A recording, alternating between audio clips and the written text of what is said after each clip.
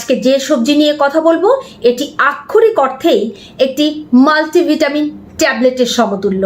কথা বলছি আমাদের খুবই জনপ্রিয় সবজি ঢ্যাঁড়স নিয়ে। হয়তো অনেকেই জানেন না যে আয়ুর্বেদ ঔষধ তৈরি করতে ঢ্যাঁড়সকে ব্যবহার করা হয়। তাই শুধু সবজির কাতারে ঢ্যাঁড়স থেমে থাকেনি, এর ভেষজ গুণ এত গুরুত্বপূর্ণ যে শ্বাসকষ্টের মতো রোগ দূর করতে এই ভেষজ ব্যবহার করা হয়। আমাদের অনেকের মধ্যে একটা ধারণা আছে যে কাশি বা শ্বাসকষ্টে ঢ্যাঁড়স খাওয়া নিষেধ। এটা একদমই ভুল। যাদের কাশি, শ্বাসকষ্ট বা ফুসফুসের ইনফেকশন রয়েছে, ঢ্যাঁড়স তাদের জন্য এক অনন্য ঔষধ। শুধু কি তাই, এই ঢ্যাঁড়স নিয়ে বিস্তারিত জানতে গেলে আপনাকে ধৈর্য ধরে কিছুক্ষণ অপেক্ষা করতে হবে। কথা বলছি আমি শ্রাবণী প্রামাণিক, একজন সার্টিফাইড আয়ুর্বেদ চিকিৎসক। এই ঢ্যাঁড়স আক্ষরিক অর্থে যে মাল্টিভিটামিন, তার কারণ এর মধ্যে প্রচুর পরিমাণে রয়েছে vitamin A, vitamin C, vitamin B, প্রচুর পরিমাণে রয়েছে খনিজ উপাদান, রয়েছে ক্যালসিয়াম। প্রতি 100 গ্রামে 90 মিলিগ্রাম রয়েছে ক্যালসিয়াম। এছাড়া এখানে আছে প্রচুর পরিমাণে প্রোটিন। এই ঢ্যাঁড়স খেলে আমরা প্রচুর পরিমাণে পাচ্ছি আয়রন। এছাড়া এটা কিন্তু ফাইবার সমৃদ্ধ। এছাড়াও প্রচুর পরিমাণে রয়েছে অ্যান্টিঅক্সিডেন্ট, আছে রিবোফ্লাভিন, নিয়াসিন, থায়ামিনের মতো গুরুত্বপূর্ণ সব অ্যান্টিঅক্সিডেন্ট, এবং এর মধ্যে অক্সালিক অ্যাসিড রয়েছে। তাই যাদের কিডনিতে সমস্যা রয়েছে, কিডনিতে স্টোন রয়েছে, শুধুমাত্র তারাই ঢ্যাঁড়স খাবেন না।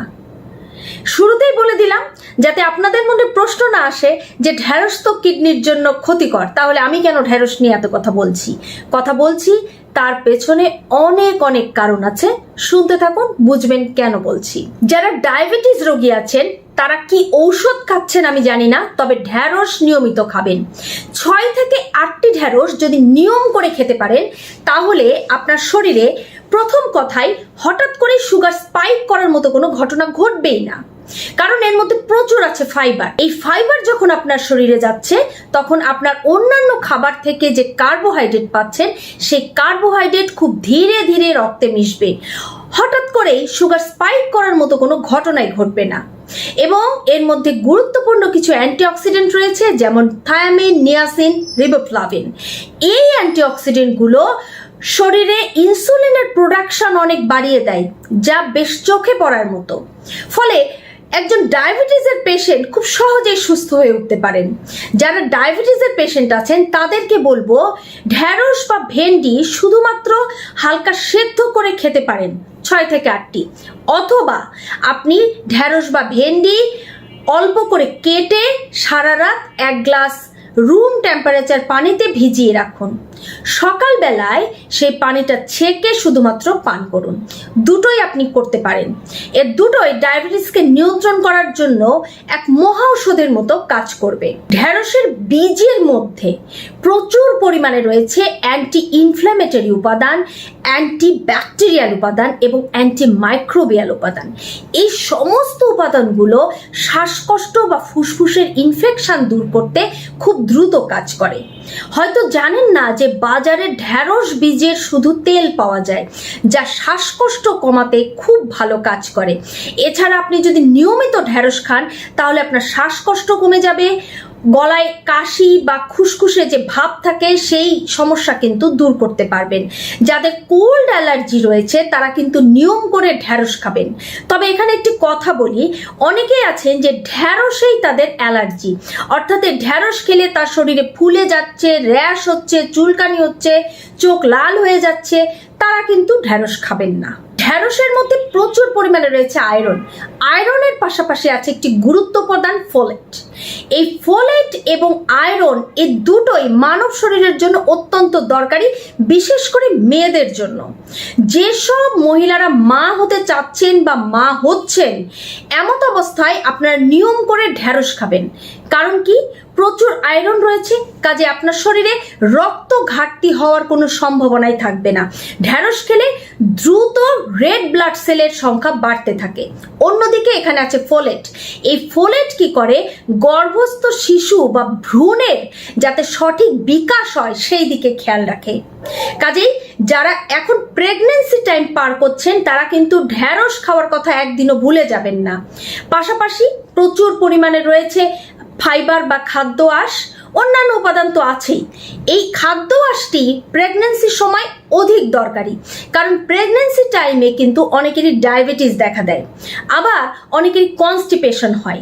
ন্যাচারালি যারা কনস্টিপেশনে ভুগছেন বা বিশেষ করে যারা প্রেগনেন্ট নারী আছেন তাদেরকে বলবো ঢ্যাঁড়স ডেইলি খাবেন। ঢ্যাঁড়সের মধ্যে থাকা প্রচুর পরিমাণে ফাইবার আমাদের ইন্টেস্টাইনের যে অত্যাধিক জলীয় অংশ রয়েছে এগুলোকে শোষণ করে মলের সঙ্গে মিশে যায়, ফলে মল ভারী হয় এবং সহজেই বাউল ক্লিয়ার হয় বা পায়খানা পরিষ্কারভাবে হয়ে যায়।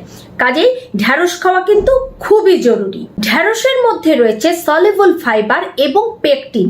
এই সলিবল ফাইবার এবং পেকটিন নামক যে জেল জাতীয় খাদ্য আঁশ, এ দুটোই কিন্তু পানিতে দ্রবণীয়, ফলে এটা খুব সহজেই আমাদের ইন্টেস্টাইন বা পাকস্থলীর মধ্যে গিয়ে এক ধরনের জেলি জাতীয় পদার্থ তৈরি করে এবং খুব সহজেই ইন্টেস্টাইনের মধ্যে মিশে যায়, ফলে হজম করতে যেমন সাহায্য করে তেমনি এটি রক্তের সুগারের মাত্রা কমিয়ে দেয়। অন্যদিকে এই দুইটি উপাদান রক্তের খারাপ কোলেস্টেরলকে কমাতে সাহায্য করে। এছাড়া অ্যাথেরোস্ক্লেরোসিস প্রতিরোধ করে। অ্যাথেরোস্ক্লেরোসিস হলো আমাদের আর্টারি বা ধমনীর প্রাচীরে কোলেস্টেরল জমে জমে প্লেক তৈরি হওয়া এবং ধমনীর প্রাচীর অত্যন্ত শক্ত হয়ে যাওয়া, ফলে আর্টারি সংকীর্ণ হয়ে যায় এবং ব্লাড সার্কুলেশনে বাধা সৃষ্টি হয়। এই সমস্ত সমস্যা প্রতিরোধ করতে পারে ঢ্যাঁড়স। অনেক সময়ই পুরুষের প্রোস্টেট গ্ল্যান্ডের সিক্রেশন বেড়ে যায়।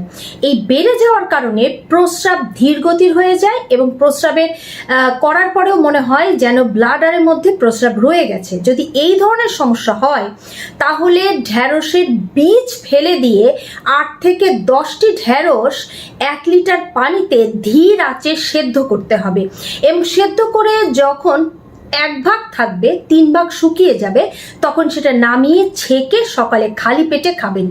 এতে প্রোস্টেট গ্ল্যান্ডের ক্ষরণ কমে যাবে এবং প্রস্রাব স্বাভাবিকভাবে হবে, কোনো ধরনের আটকা ভাব বা বদ্ধতা তৈরি হবে না। অন্যান্য গুরুত্বপূর্ণ অ্যান্টিঅক্সিডেন্টের পাশাপাশি ঢ্যাঁড়সের মধ্যে রয়েছে পর্যাপ্ত পরিমাণে আয়োডিন।